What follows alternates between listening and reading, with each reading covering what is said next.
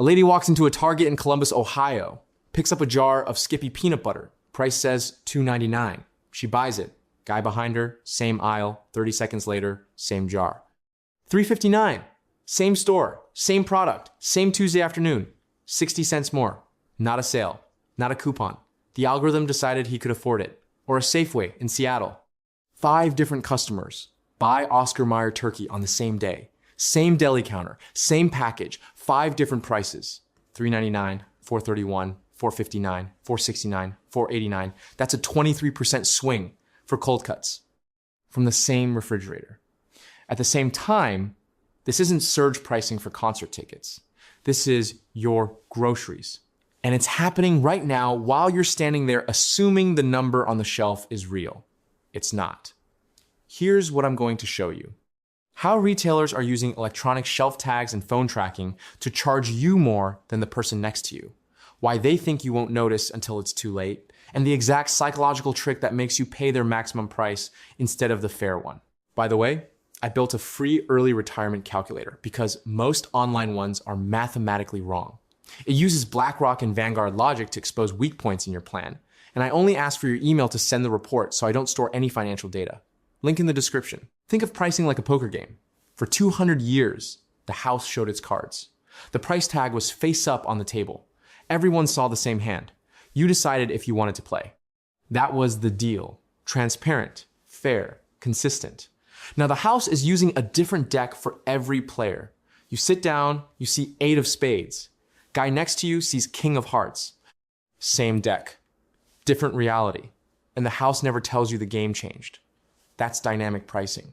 And the critical thing you need to understand is this started online where you couldn't see the other players. Airlines did it first. Hotels copied it. Uber normalized it. We accepted it because it felt abstract, digital. Now it's crossed into physical retail. And that changes everything. Because when 2 people stand in the same aisle and pay different prices for the same jar of peanut butter, the social contract of commerce breaks. You stop trusting price tags. You stop trusting brands.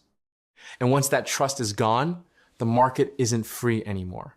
It's just a bunch of people getting played at different speeds. Let me take you back to 2013. Staples, the office supply company, got caught running a test. Same website, same products, different prices based on zip code. If you ordered from an affluent neighborhood, you paid more. Lower income zip code, you paid less. Same printer ink, same shipping, same company. The algorithm just decided your neighborhood could afford the extra margin. When they got exposed, Staples said they were testing a model. Testing. That word is key. When a corporation says testing, what they mean is we're doing this until someone notices. You don't get to test fairness on customers without telling them. That's not research. That's extraction with plausible deniability. Amazon did the same thing. Different users saw different prices based on browsing history and purchase behavior. Amazon denied intentional discrimination but admitted to price testing. Again, that word. If you don't know you're in the test, you're not a customer. You're a data point. You're the lab rat. And here's where it gets really interesting. That was over a decade ago, online, where nobody could see each other's screens. Now they're bringing that same system into the physical store, right in front of your face. And they're doing it with hardware. Electronic shelf labels. Digital price tags. You've probably seen them. They look like little e-ink displays. Clean, modern, efficient. Retailers say they save labor costs. No more employees changing paper tags. That's the public story. Here's the real story. Those tags can change prices instantly, remotely, by time of day, by inventory level, by foot traffic, and eventually by you, who you are, what you've bought before, what your phone's advertising ID says about your income. The system knows when you walked in. It knows if you're in a hurry. It knows if you bought premium brands last time. And if the algorithm thinks you'll pay more, it can raise the price while you're standing there. Not tomorrow. Not next week. Right now, before you put it in your cart. The guy who walks up 10 minutes later, he sees a different number. Same shelf, different game. You think that's capitalism? It's not. Capitalism requires transparency. This is algorithmic extraction. And it's not theoretical anymore. Disney. The House of Mouse has been doing dynamic pricing for over a year, testing to see how much they can squeeze from higher income families. Their CFO, Hugh Johnston, said this out loud in an earnings call. Quote, "We've been doing it for over a year in our hotels. Disney park goers tend to be at the higher income deciles, and those customers tend to do well." Read that again. They're saying, if you can afford more, we're going to charge you more. Same park, same day, same Mickey ears. Different price based on what zip code your credit card bills to. And they said this casually, like it's just smart business. No shame, no apology, just efficiency. Now you might be thinking, okay, Tom, but that's Disney. That's theme parks, that's discretionary spending. Fair. Let me show you where this goes next. Instacart.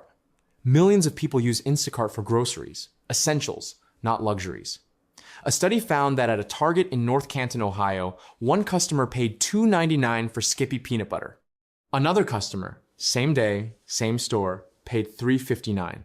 60 cents more for the same jar picked from the same shelf by the same shopper. At a Safeway in Seattle, 5 different customers paid 5 different prices for Oscar Mayer deli turkey. The range was 23%, high to low, same product, same moment. Different algorithm decision. A consumer group called Groundwork calculated that Instacart's pricing system could cost an individual shopper an extra $1,200 a year. $1,200. That's not rounding errors. That's not coupons. That's just the algorithm deciding you're worth more margin than the next person. And you're never told. There's no disclosure. No opt-in. No, hey, by the way, we charge people different prices based on purchase history. You just pay, and they extract. By the way, hit subscribe if you like this kind of content. Otherwise, YouTube's algorithm may never show you my videos again. Here's the thing that makes my skin crawl. This isn't just about income. Studies are showing price variations correlated to race-adjacent neighborhoods, age demographics, younger buyers, higher prices, because the data says they'll pay for convenience, education levels, political geography. You read that right. If you live in a zip code that votes a certain way, the algorithm might price differently because the behavioral data says you value different product attributes. That means if you're in a minority community where a specific product is in higher demand, you might be charged more. Not because of supply and demand in the economic sense, because the algorithm knows your options are limited and you'll pay the premium. Some people would call that digital redlining. I call it what it is, algorithmic segregation. You're being sorted into economic worth classes without consent and without disclosure. And the machine doesn't feel bad about it. That's the whole point. Machines don't feel shame. They don't feel guilt. They don't have accountability. They just optimize relentlessly. The system is designed to find your maximum willingness to pay and charge you that, not the fair price, not the average price, your maximum. And it does this by watching you.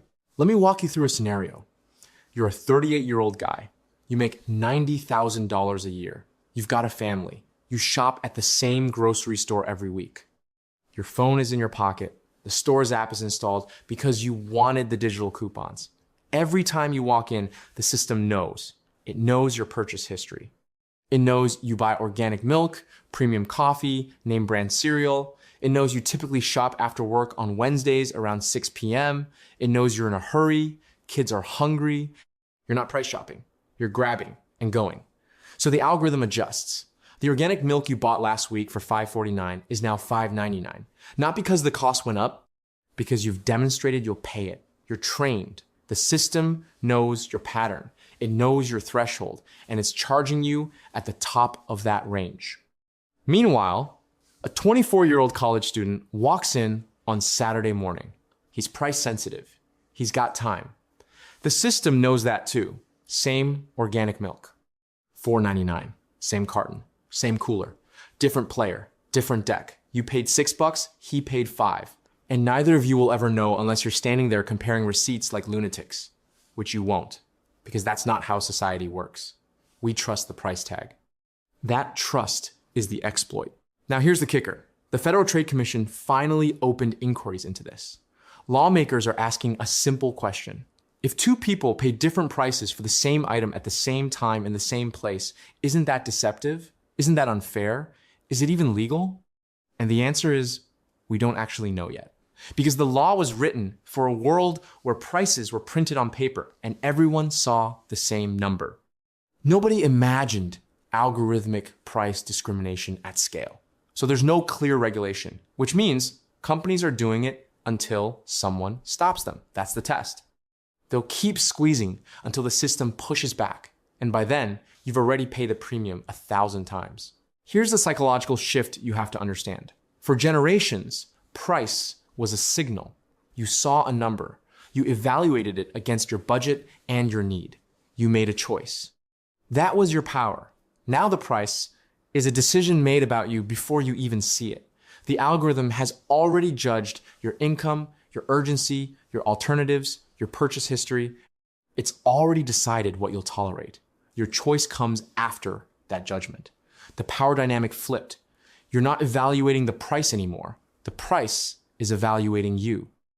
And once that becomes the norm, once consumers internalize that every price they see might be artificially inflated just for them, trust collapses. You stop believing sale signs. You stop believing loyalty discounts. You stop believing any of it. And when trust collapses, markets don't self-correct. They fracture. People either overpay out of ignorance or they disengage entirely. Neither is good for an economy. Let me give you a cutaway here. Imagine you're at a coffee shop. You order a latte. Barista says $5. You pay. You sit down, guy behind you orders the same latte. Barista says $3.50. You hear it. You turn around. Wait, why did I pay $5? Barista shrugs. Computer said $5 for you. How would you feel? Insulted? Ripped off? Stupid? Now imagine that's every transaction. Every grocery run, every tank of gas, every purchase. That's where this goes if it's not stopped. And the companies doing this know it would cause outrage. That's why they never tell you. Here's another cutaway. A billboard on the highway. Big, bright sign. Hamburgers, $3. You pull off the exit, walk into the restaurant. I'll take a hamburger. Cashier says, that'll be $4.25. You point at the billboard. It says $3 out there. Cashier smiles. Oh, that's the price for other people. For you, it's $4.25. You'd lose your mind. You'd walk out. You'd call the news. But if that same transaction happens on an app or a digital shelf tag where you can't see anyone else's price, you just pay. That's the difference. Visibility. They're hiding the con in plain sight by making sure you can't see the other player's hands. Now, let's talk about what this means for you. Practically. 3 things you can do right now. First, stop using retailer apps unless you absolutely have to. Every app you have installed is a tracking beacon. It's feeding the algorithm your location, your behavior, your patterns. The more data you give them, the better they can price discriminate against you. If you need digital coupons, use them in the moment and delete the app after. Don't leave it running in the background. Second, pay cash when possible. I know that sounds old school, but cash transactions don't link to your purchase history. They don't feed the algorithm. You become invisible. The system can't build a profile on you if it doesn't know who you are. And third, compare prices obsessively. Take screenshots. Check multiple devices. Use incognito browsing. Log out of accounts before you shop online. The more friction you create for their tracking systems, the harder it is for them to price discriminate. Is it annoying? Yes. Should you have to do this? No. But that's the reality now. The game changed. You either adapt or you pay the stupid tax. Here's what people miss. This isn't just about saving a few bucks on peanut butter. This is about power. The power to set terms. For 2 centuries, merchants posted a price and you decided if you'd pay it. That was your leverage. Walk away, shop elsewhere, wait for a sale. Now the price is customized to remove your leverage. It's set at the maximum you'll tolerate based on your demonstrated behavior. You have no walk-away power because you don't even know you're being overcharged. The information asymmetry is total. They see everything. You see nothing. That's not a market. That's a trap. And here's the part that makes me cynical. The people building these systems are smart. They're not evil. They're just optimizing. They're being paid to increase margins. They're being rewarded for efficiency. And algorithmic pricing is incredibly efficient. It extracts maximum revenue from every customer segment without leaving money on the table. From a pure business standpoint, it's brilliant. But efficiency and fairness are not the same thing. You can efficiently exploit people. That doesn't make it right. And the psychological toll of living in a world where you can't trust any posted price is real. It creates ambient anxiety. You're always wondering if you got screwed. You're always second guessing. That's a tax on mental energy, and it compounds. Billionaire Robert Smith, founder of Vista Equity, said something that stuck with me. He warned that algorithmic systems, when left unchecked, can institutionalize inequality faster than any human decision maker ever could. Because humans feel shame. Humans have social pressure. Algorithms don't. They just execute. And if the execution is charge more to people in poor neighborhoods because they have fewer alternatives, the algorithm will do that at scale without hesitation. No guilt, no second thoughts, just math. And once that math is embedded in the infrastructure of commerce, it becomes invisible. It becomes normal. And by the time people notice, they've already been overcharged for years. So when you hear the term dynamic pricing, understand what it really means. It means the price is no longer fixed. Fairness is no longer assumed. Transparency is optional. And once price transparency becomes optional, exploitation becomes inevitable. This is not innovation. This is a rule change. And rule changes always favor the house until people notice and push back. That's why I'm talking about it. That's why you need to understand it. Because if price certainty disappears, the last honest contract between buyer and seller disappears with it. Different prices, same register, same moment. That's not a market. That's a casino where the odds are set by how much the house thinks you'll lose before you walk away. 10 years of running a business taught me something. Accountants and fiscal lawyers show you how money actually moves. And here's what they all say. The best deals happen when both sides have the same information, when the terms are clear, when nobody's hiding the ball. Dynamic pricing is the opposite of that. It's information asymmetry weaponized, and the only defense is awareness. Now you're aware. Now you can't unsee it. Every price you see from now on, you'll wonder, is this the real price or is this my price? And that question, that little seed of doubt, is the beginning of the pushback. Because once enough people ask that question, the whole system becomes untenable. You can't run a consumer economy on distrust. Eventually, it breaks. Lazy investing built more fortune than crypto memes. And part of being a lazy investor is not getting fleeced at the grocery store because some algorithm decided you looked like you could afford an extra 50 cents on your peanut butter. Pay attention. Stay skeptical. And remember, the price tag is no longer a fact. It's an offer customized for you based on how much they think they can take.